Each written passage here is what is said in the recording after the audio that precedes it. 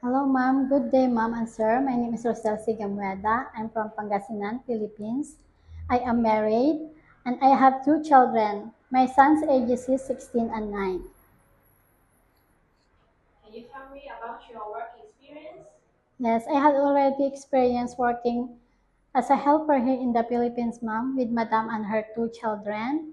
I do cooking, cleaning, laundry, ironing, taking care of their pets, gardening, marketing sometimes, and also um, bench and send their children from school.